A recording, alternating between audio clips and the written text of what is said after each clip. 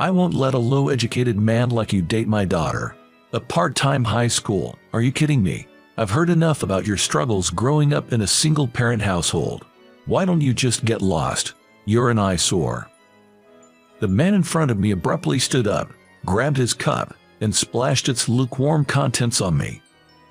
It wasn't hot enough to burn, but it tore apart the last shreds of my pride. "I'm truly sorry." Somehow mastering those words, I pushed myself and staggered out of the room. She didn't follow me. Filled with this bitterness, I dedicated myself wholeheartedly to working harder. Years later, when I ran into my now father-in-law, who was an attorney, I could have never predicted what would unfold. This is the story of my life's turnaround. My name's Matthew. Currently, I work as a clerk at a law firm. Due to personal circumstances at home, I graduated from a part-time high school and was hired straight from my part-time job into this law firm. The boss, who knew about my situation, kindly employed me since I had been working part-time there since high school. I owe so much to the boss for taking in someone like me with just a high school diploma and no significant skills. Now, I'm learning various things while working. I'm doing my best to gain skills to be of help to the boss. I come from a single mother household, and I have a younger brother and sister. I hardly remember my father, but I believe he was a violent man when he drank. He was rarely home and was mostly out drinking, so as a young child, I didn't really know him. My brother and sister probably felt the same. There was a time when my father went on a rampage, and fearing for our safety, we fled our home. From then on, the four of us began living in a small apartment. In hindsight, I guess that's when my parents divorced. We settled in our current place after taking several train rides from our old home. The climate here is mild, and it rarely snows heavily during the winter. Given that my mother had a fragile constitution and often fell, this pleasant climate might have been comforting for her. After graduating middle school, I enrolled in a part-time high school to help with household expenses and took on numerous part-time jobs. I worked at places like convenience stores, gas stations, coffee shops, and even did some manual labor like road construction. Whenever I heard of a job opportunity, I jumped on it and juggled multiple jobs. One of those jobs was doing odd jobs at this law firm. While my tasks, such as affixing stamps to mail, organizing documents, and sorting printed materials, were fairly simple, the hourly wage was good and all the colleagues were just wonderful people. Because of this, I truly enjoyed my job and worked hard every day. After high school, I landed a job as a clerk. It was such a blessing. Another unforgettable job I had was at a tea room. It was a quaint little place run by a friend's uncle and boasted an array of teas, making it a hidden gem in the community. The owner's wife, known for her simple homemade baked goods, had an especially popular item, cookies that both my younger brother and sister couldn't get enough of. And in that tea room, I had a destiny-driven encounter. Her name was Alicia. She was my age, a petite girl. Her long black hair was tied back, swaying like a tail when she moved, something I found endearing. With a gentle aura around her, her calm manner of speaking and radiant smile was downright charming. Her passion for tea was evident, as she could talk endlessly about her favorites. I found that side of her so cute. I quickly fell for Alicia. Turns out, she had a soft spot for me too, and soon after, we started dating. For both of us, it was our first relationship, our first dates, our first time holding hands. We slowly but surely deepened our bond. Upon graduating high school, I secured a job at a law firm and had to leave my part-time job. Alicia, however, continued to work there while attending a local college. Every time I drop by the tea room after work, she greets me with a freshly brewed cup of tea. It became a daily routine for me to escort her to the train station after her shift. She secured a job in the spring of our 4th year together. With both of us stepping into the working world, I proposed to Alicia. My younger siblings had started high school, and my mom found steady work. Our home life was stabilizing, and I started to think about the future. When Alicia accepted my proposal, I was so overwhelmed with joy I broke down in tears. It felt too good to be true, almost frighteningly so. But our bliss was soon to be tested. Alicia came from what you might call an old money family, with a lineage of politicians and lawyers. Her grandfather had been a city councilman, and her father was a lawyer. Being the only child, she was doted upon. I was taken aback when I found out about her family's prominence, but she reassured me with a laugh, saying it wasn't a big deal. My folks are just overprotective and tend to spoil me. They wouldn't object to anyone I chose to be with. It seems that she talked about me quite often to her folks. Feeling a touch of anxiety, I was heading to her parents' place, even though she assures me it's okay, telling me with sparkling eyes that they always listen with smiles on their faces. Her residence was a large, traditional-style home, enclosed by a grand fence in a quiet suburban neighborhood. Though I'd always dropped her off at the train station, I'd never seen her house before. She'd always turned down my offers to take her home, saying that a car was already coming to pick her up from the station. Seeing the splendor of her house made me reflect on the small apartment I shared with my family. I couldn't help but feel our worlds were so different, intensifying my anxiety. It's old and a bit embarrassing. Saying that, she walked through the gate, but all I could do was shake my head. The person who greeted me was her mother. Her gentle and warm smile was so much like Alicia's that I could definitely see the family resemblance. "My name's Matthew. Nice to meet you." As I bowed and introduced myself, her mother smiled softly and led the way. "My husband will be a bit late from work. I hope you don't mind waiting for a bit." "Oh, it's all right." I was led to a traditional living room adorned with beautiful American paintings and what looked like an expensive vase. She served tea for us. The atmosphere around Alicia and her mother was so similar. Both radiated a calm and gentle aura. Suddenly, the sliding door opened, and a stern-looking man walked in. Without saying a word, he took a seat next to the mother. From the way she served him tea without any introduction, I deduced he must be her father. Hello, my name's Matthew." I straightened my back and bowed deeply. However, he just glanced at me and didn't say a word. Confused, I looked at Alicia, and she seemed equally bewildered, shifting her gaze between her father and me. Amid the silence, the first to speak up was the mother. "Matthew, please look up. Honey, what's going on?" Trying to mediate the situation, the mother raised her hand to intervene, but the father began to speak. "Was it Matthew? Alicia told me she wanted to introduce you to us. I hope you don't mind, but I did a little digging." "What? What does he mean by digging?" "While I can't exactly puff out my chest and boast about my life, I haven't done anything wrong, and committing a crime is totally out of the question." As I was pondering this, Dad let out an exaggerated sigh. "I've heard your family is quite poor. You've even been working part-time jobs to help with the bills," he said. It was the first time anyone had said so bluntly that I was poor. Sure, we aren't rich, but I always thought we lived a typical life. Still, from the perspective of someone from such a prestigious family, I guess my household must seem inferior. Dad continued, "I want Alicia to have a life that's more than just average happiness. That's a parent's heart. Someone broke like you is out of the question." I was deeply shocked by those blatant and malicious words. Seeing my reaction, Dad smirked. It was clear as day that he was trying to corner me even more. "You only graduated from a night high school and didn't even go to college. What kind of job can a high school grad get? What kind of qualifications can you earn becoming a lawyer like me? Dream on. I want Alicia to marry a man even more respectable than me. You're not even in the running." Alicia looked as stunned by her dad's words and seemed at a loss for what to say. I was so shocked, I couldn't even lift my head. I won't have my daughter marry an undereducated man like you. Are you making a joke by just graduating from a night school?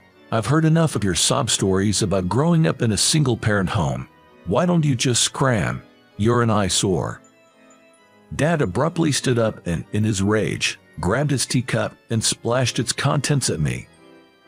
Thankfully, the tea was lukewarm, so I didn't get burned. However, my already fragile pride was now completely shattered. I'm sorry. I somehow managed to utter those words, forcing my trembling legs to carry me out of the room. She didn't come after me. That night, I received an apologetic message from Alicia. She expressed her apologies and mentioned wanting to meet and talk, but I replied that I couldn't see her again. After being berated like that, I didn't feel I could sit down and have a calm conversation with her.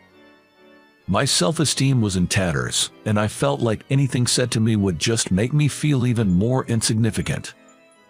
I couldn't find a way to measure up to her father. Marriage seemed impossible. In the end, we chose to part ways. And then, 10 years flew by. 10 years later, we were both 32. I'm still working at the same law firm. I've gotten my national certification, and the busy days have helped me forget the past. I hadn't been in touch with Alicia since that day. I heard she got a job and moved out of her parents' home. By the third year, she had been transferred out of state. I couldn't bring myself to respond to her messages. Yet, I still can't forget her. I feel I might never be able to love someone else for the rest of my life. Trying to escape those thoughts, I've immersed myself in my work. Matthew, if you are going to the courthouse, could you drop off these documents for me? A senior lawyer called out to me as he was about to leave. Today, I was scheduled to accompany the director to the courthouse. At the request of a senior colleague, I readily agreed and took the car keys. The director is like a second father to me. I've been under his wing since high school, so no matter how hard I try, I can't outshine him. He's always smiling and is a great personality, but I heard from a senior colleague that in his younger days, he was known as the Demon Nash. Even though I've been working here for 10 years, I'm still at the bottom of the pecking order in the office. That's why, when the director goes out, I often accompany him, acting like a secretary. Though it's not really my job anymore. When we arrived at the local court, similar to a county court, I parted ways with the director to deliver some documents a colleague had entrusted me with. These are probably documents for the next trial. Given the rush, today might be the deadline. After submitting the documents, I was heading to the restroom when I spotted a familiar face. I thought I might be mistaken for a moment, but it's a face I couldn't forget. He, seemingly an authority figure, was walking towards me. I tried not to make eye contact and nodded while looking down. But that man, Alicia's father, stopped right in my path. Well, aren't you the overconfident guy who proposed to my daughter despite having no college degree? I had hoped he hadn't recognized me, but I was wrong. I remained silent, keeping my head down. What are you doing here? If you're being sued, do you need my help? Someone like you, without an education, probably knows nothing about the law, right? Alicia's father sneered, suddenly changing his expression. It was a look of pure fury, so sudden it sent chills down my spine. You said something to Alicia, didn't you? Ever since that day, she's stopped listening to me. She was always such a good, obedient girl, but now it's as if she's under a bad influence. I had no idea what you were talking about. I haven't been in touch with Alicia since then. Your accusations make no sense to me. Oh really? Do you think you can just brush me off like that? Listen here, lowlifes like you can't even hold a conversation with sophisticated people like Alicia and me. Know your place and cower in it. Never show your face around me again. That might be a little difficult for you. Out of place, a laid-back voice echoed in the area, and the person who appeared was Director Nelson. "Oh, Mr. Nelson, why are you here?" The one who exclaimed in surprise appeared to be Alicia's father's boss. Shocked, he bent forward in a right angle to greet the director. "This is a courtroom, right? Isn't it normal for attorneys like us to be here?" The director, laughing, addressed the boss, while Alicia's father looked on in disbelief. "Oh, come on. Haven't you also served as the president of the Bar Association? You're a giant in the legal community, aren't you?" "Well, it's just that I've been around long enough to be known by many. Being an attorney, it's only natural to come to a courtroom, right? More importantly, what's up with our Matthew?" Director Nelson gave me a light pat on the shoulder and looked towards Alicia's father. His face was smiling, but his eyes weren't. I knew that look all too well, having worked alongside him for many years. When he made that face, it usually meant he was upset. "Matthew here is my protege. He's a top-notch lawyer." "What? A lawyer? But didn't you only graduate from an evening high school?" Alicia's father looked at me with an incredulous expression. I simply nodded in confirmation. That was the case 10 years ago, but thanks to Director Nelson's guidance, I was able to become a lawyer. Did you know even someone with just a high school diploma can become a lawyer? On my suit, there's a lawyer's badge, but it seems Alicia's father didn't notice. When I broke up with her a decade ago, seeing how devastated I was, Director Nelson had suggested I study to become a lawyer. You don't necessarily need a college degree to become one. It was a challenging path, but I decided to take it on, thanks to Director Nelson's encouragement and rigorous training. Somehow, I passed the preliminary and bar exams on my first try and completed my legal training to become a lawyer. Director Nelson and my colleagues at the firm were all thrilled and celebrated with me. That was 5 years ago. Matthew has always been exceptional. He passed all his exams on the first go. Since high school, he's been honing his skills with our senior staff here, so he's very hands-on and proactive. I plan on having him as my successor. Hearing Director Nelson's words, I couldn't help but blush. Alicia's father looked at me, clearly taken aback. "Oh, by the way, for the upcoming trial, Matthew will be the lead attorney for the plaintiff. I believe you're representing the defendant, aren't you? It'll be interesting to see how this plays out, won't it?" Director Nelson said with a sly grin. His villain-like demeanor made me smile too. I've been mentored by this man for over a decade, so there's no way I'm backing down. I'm determined to show I can beat even the best lawyers out there. Seeing our confidence, Alicia's father turned pale. His boss was even trembling. "Well, see you around." With that, we left the scene. Since then, it had been a whirlwind of preparations for the trial. This time, it was a divorce case. Although mediation was attempted, the husband, the defendant, wasn't satisfied, taking the case to court. From our side, the main issues were securing the divorce and claiming alimony. The wife, our plaintiff, was resolute in her desire for divorce and had amassed a lot of evidence pointing to infidelity and domestic violence. The contents of the medical report submitted were so shocking that I found myself grimacing, and I was determined more than ever to win. On the day of the trial, I reassured the anxious plaintiff. "Don't worry, you're not fighting this battle alone." But, of course, I'm not fighting this alone either. I'm always being helped by my colleagues and staff at the office. That's why I truly believe there are people standing behind me, supporting me. Isn't it the same for you? You've mentioned that your kids, your parents, and even your friends are all cheering you on, haven't you? Let's give it our best shot, together. Yes. And so, we took on the case and came out overwhelmingly victorious. The husband's arguments were all over the place, lacking any sincerity. Using that to our advantage, we were able to win the desired alimony of $30,000.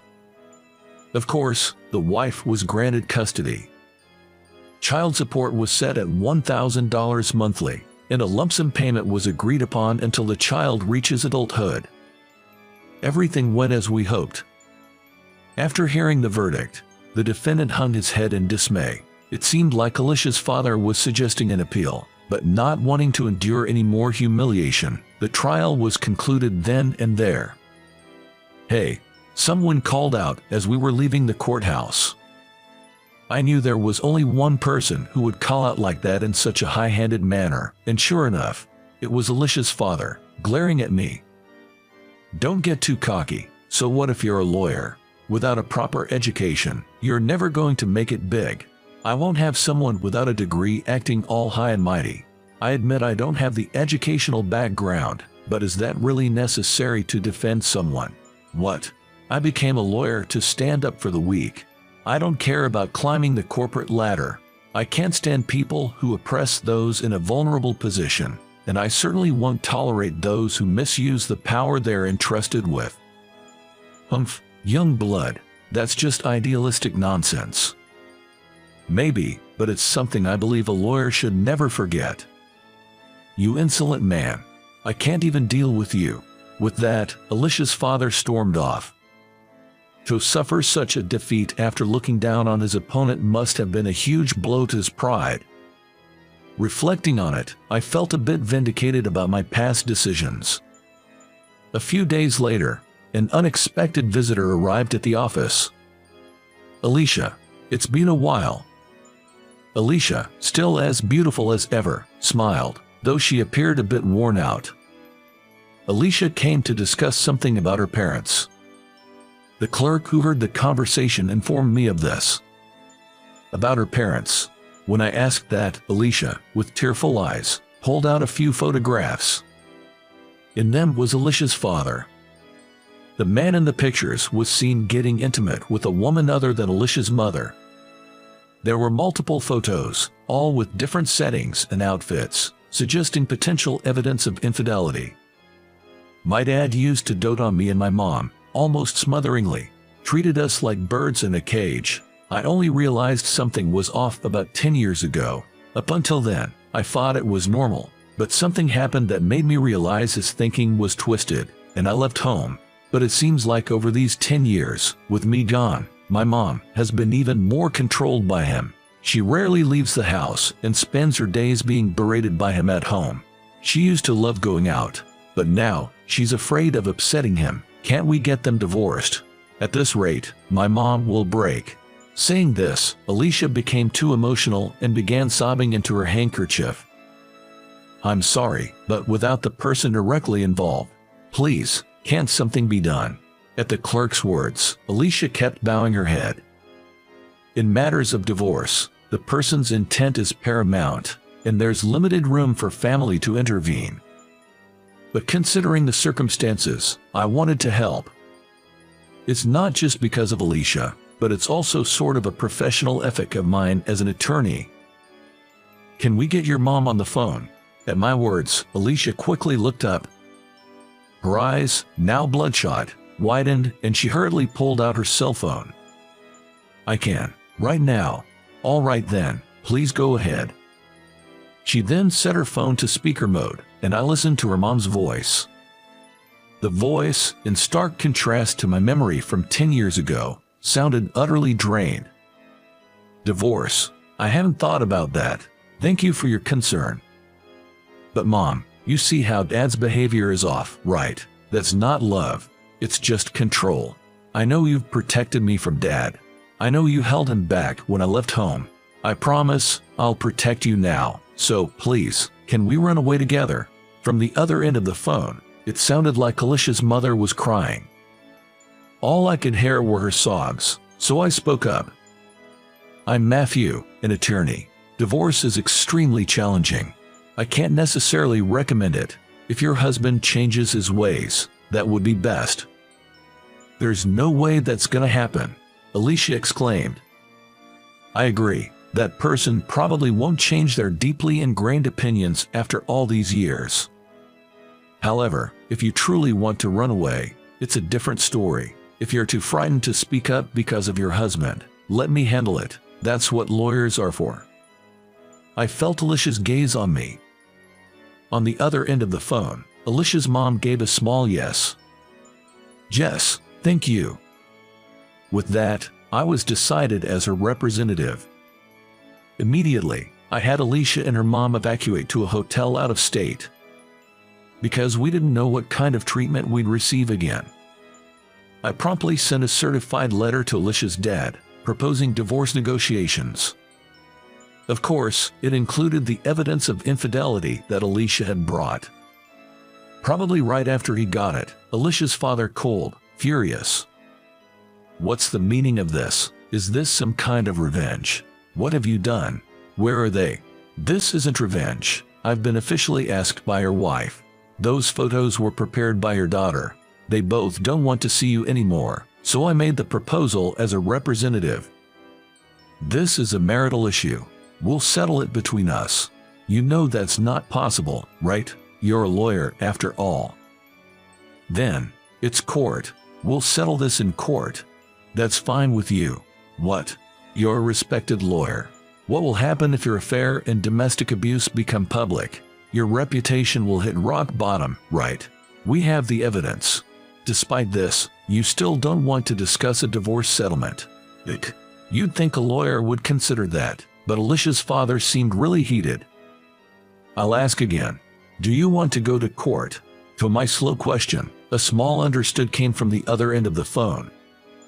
After that, our demands were almost unconditionally met, and Alicia's parents were able to divorce.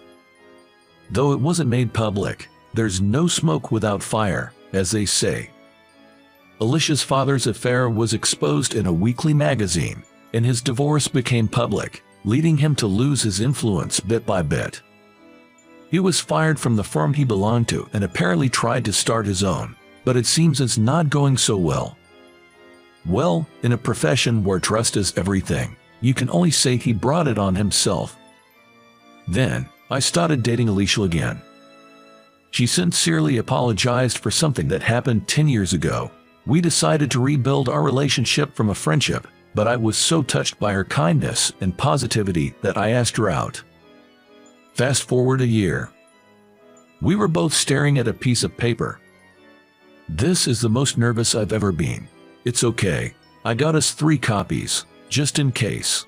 As I shook from nerves, Alicia pulled out another copy of the same paper that was on the desk. It was a marriage registration form. After all the twists and turns, we decided to get married. I couldn't forget about Alicia for those 10 years, and apparently, she felt the same about me. We're both getting on in years, so we decided to make it official sooner rather than later. For our witnesses, we chose the owner of the cafe where we met and Director Nelson. Once it's submitted, we'll officially be a family. "Are you sure you want to live with my mom?" Alicia asked.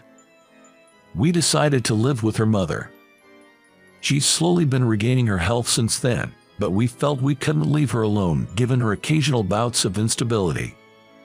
"She's your beloved mom, right? She's just as important to me." "Thanks. Don't worry about my family. I've got siblings, and my mom says she's enjoying her life on her own. My mother, who used to be frail, is now in high spirits, going on solo trips and joining local choirs. My brother and sister each have their own families and are living happily." Suddenly, I looked up at the sky. It was a clear day with not a cloud in sight. Being able to submit our marriage registration on such a day, I feel truly blessed. I'm so happy. I couldn't help but voice my feelings.